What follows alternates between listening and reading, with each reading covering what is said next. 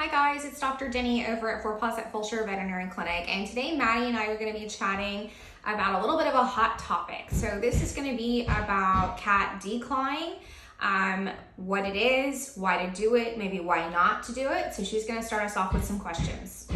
Dr. Denny, what side effects are associated with declawing after surgery?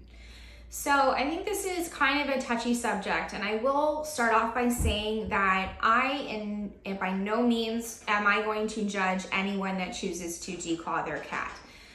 That's not my place to judge. It's my place to educate and also to let my clients know that no, I'm not going to perform this surgery, but I will get you somewhere that does, and I will support you if needed in the recovery process.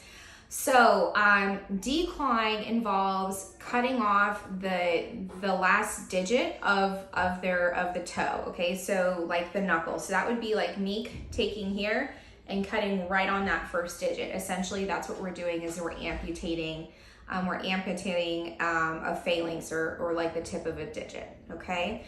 And it can be really painful. There's a lot that goes into it, and there are some risks associated. At what age is declawing recommended? So if you're going to do it, I think that it's better to do this when they're younger. Younger animals tend to heal better and heal faster. I really don't I think that you're more likely to have risks and complications with older cats. What are the risks associated with declawing?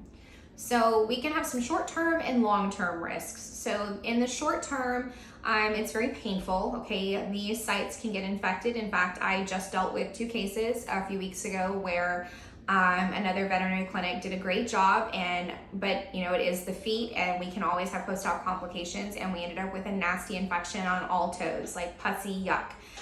So that's probably one of the biggest in the short term, and then just managing their pain. Long-term side effects are that we can see more arthritis. These cats can always be painful on the tip of their paws, and it's not all cats. We can see some unwanted behaviors because these cats aren't able to scratch at things, which is a normal cat behavior, so we can see them act out later on in life. What is the recovery period like after declawing?